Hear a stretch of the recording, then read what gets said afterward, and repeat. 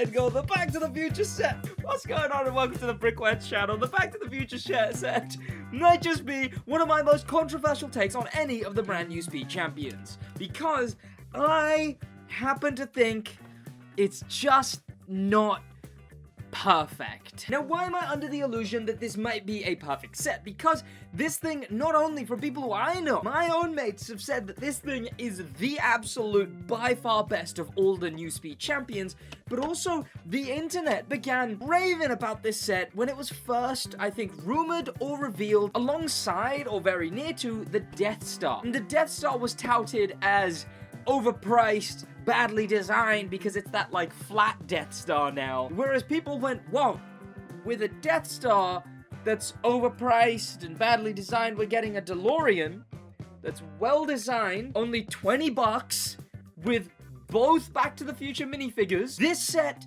might just be one of the best sets that LEGO has done in a very long time. And most of those things are very, very true.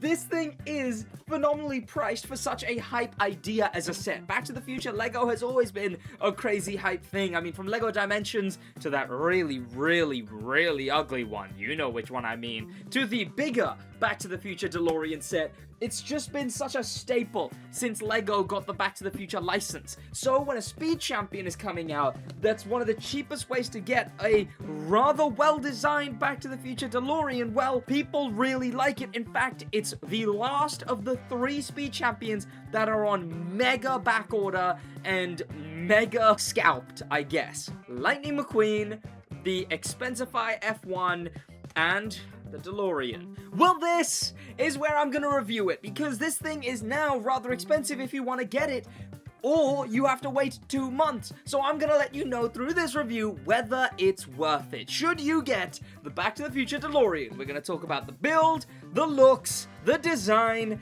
I think those are technically the same thing. Let's jump into it. Now, it's actually been a while since I built this one, because I built this with the batch that I did on the first day, which is basically all of the fictional cars. Well, I suppose the DeLorean is technically a real car, but, you know, the fictional blah blah. You get what I mean. The movie cars.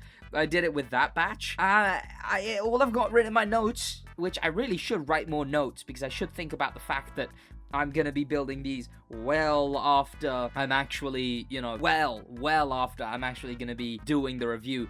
But my big note here is build was simple and perfect. That's what I said. So I guess that, you know, that settles it. Essentially, I thought it was a very simple, very easy, very quick build. I don't know, well, actually, I don't know about quick, but I know it was a very simple build. Also, it only has, like, I think it's got, like, the second least stickers out of all of the brand new Speed Champion. And what should be crazy about that is that it's the second least. What has less stickers than this? We'll talk about that. But still, regardless, it's so nice to not have to deal with so many stickers. And because the build was so simple, I don't have much else to talk about with regard to the build. So let's get to my notes about the actual finished car. First of all, my first note just reads minifigs! Exclamation mark, exclamation mark. Because yes, you get 2 minifigures with this set. You get Doc and you get Marty. You get, I don't know if these are like fully unique versions of these characters. I'm not too deep of a LEGO fan in that way. Of course, I'm here for more of the badges and the cars and the brands. As far as I'm aware, these are definitely one of the cheapest ways you can get these figures in a set, right? Especially, like, non-retired sets. You don't get any, like, extra things, I guess. You don't get any, like, holdable things, like the remote. Doesn't he have, like, a remote for the car? You don't get any of that kind of stuff, which is a little bit of a shame.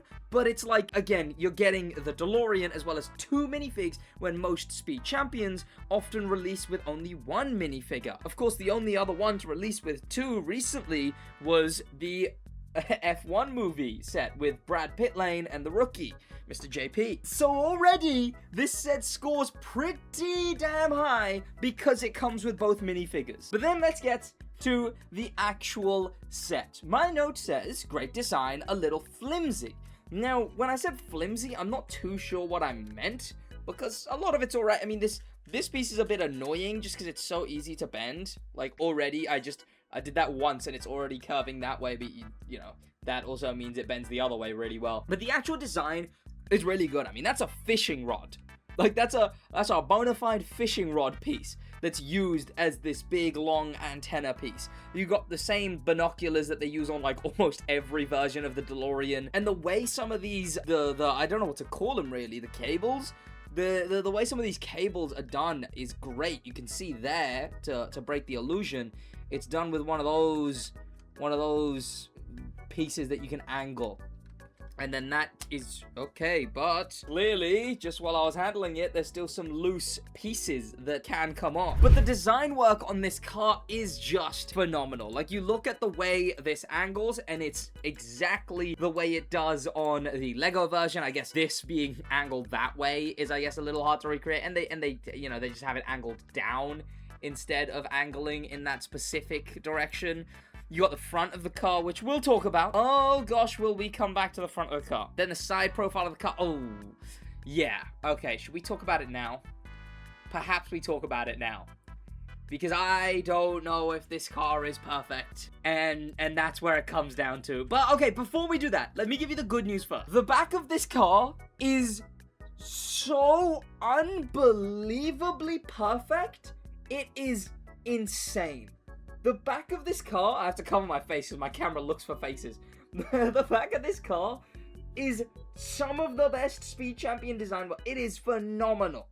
Phenomenally designed in the back. Everything up to here is phenomenally designed. I mean, the cables going round underneath. There's a little bit of immersion braking where you can clearly see the cables are just, like, hidden when they're supposed to be in this, I'm pretty sure. Like, in whatever pipage this is imitating. But the cables go in, clearly hide back there. Which is, again, I mentioned that when I was talking about Lightning McQueen, how Lightning McQueen has a very detailed undercarriage, whereas this undercarriage actually hides something that would break the immersion of the car. That would be, I guess, less of an issue if this car wasn't also built to fly in the other version of it. But so much of this car is well done. I mean, the front as well, the front detailing is really good. A little too thick in places. It looks a little swollen, but that's a sticker. I think this is a sticker, and then, like, something in the interior. So, like, there is low sticker count as well, which I love. But a lot of the design is so perfect, like the interior with the printed piece. So many good printed pieces this time around.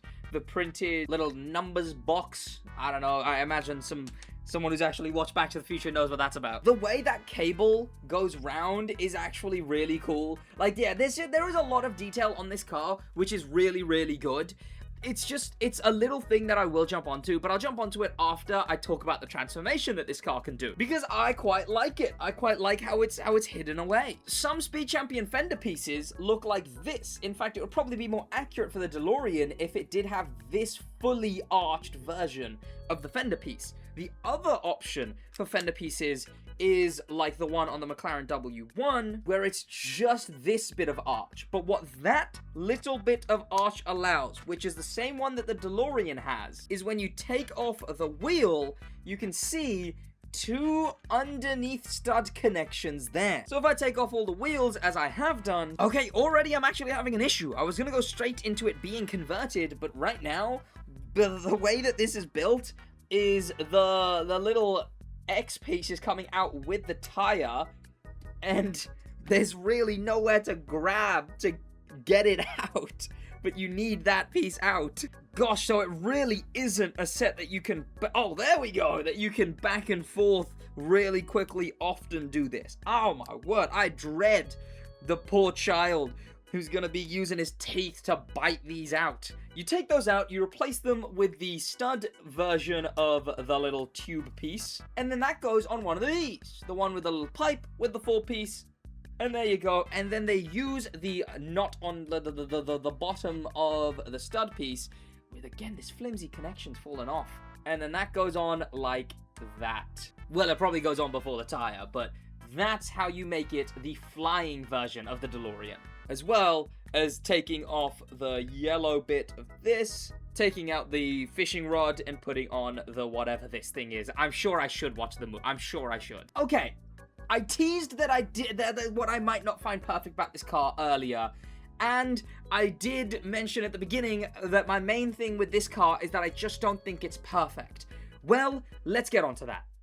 My issue, just like so many speed champions, lies everywhere here onwards.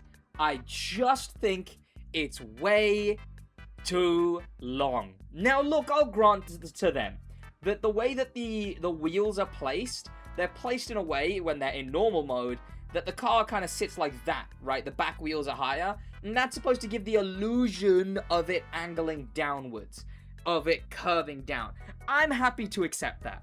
I'm gonna have to accept that on even my favorite of the new batches. And that implies that this isn't my favorite, and that is the case, because this bit just doesn't work for me. This whole chunk, I feel like it needs one less stud and it would be perfect. One less stud and it would actually, it's hard because that stud would probably have to be removed here. But I mean, 3 studs after the fender? Oh, I guess 3 at like 0.2 2/3 after the fender.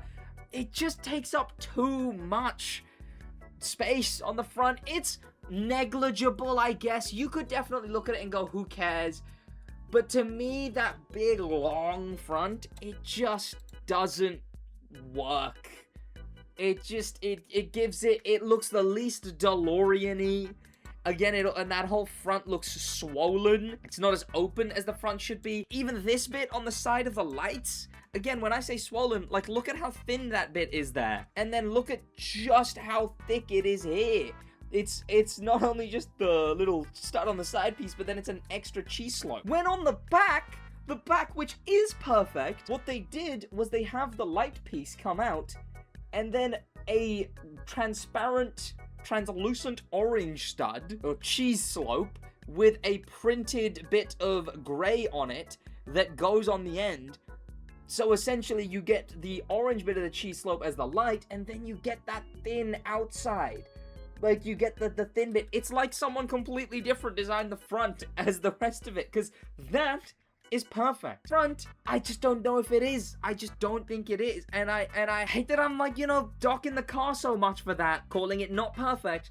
But I think a lot of my reviews are what the general consensus was before, and then what the car ended up being, which could be seen as a little unfair. The hype dictates the rankings, but it also works in the other way, where if a car really surprises me, then it gets scored even higher. Think like Ferrari F40. In fact, one of the ones out of the batch that I haven't reviewed yet also had a very surprising me thing. So essentially, people expected a lot more of this, and I still think it does that. Any fan who loves Back to the Future, who loves even Speed Champions, could pick this up, and it's just as good as any other Speed Champion. But that's why I don't think it's perfect, is that front bit. Oh no, that's even worse! How am I supposed to get that out? You have to use the fishing rod to get that out. Oh! Okay, well, the fishing rod got out the fishing rod. Oh my word! And then can I use the separator? A little bit? Oh my gosh, this is not user-friendly design to change the wheels to flying and non-flying. I had to use the fishing rod to push off the hubcap, and then use the piece separator to just barely push out the... Where did it go? Oh, it did come off with the fishing rod this time. My word. That definitely limits the switchability of this, just how much of a faff it is to do. I will say, it still is a great set. Like, it is still a, 9 out of 10 set for me.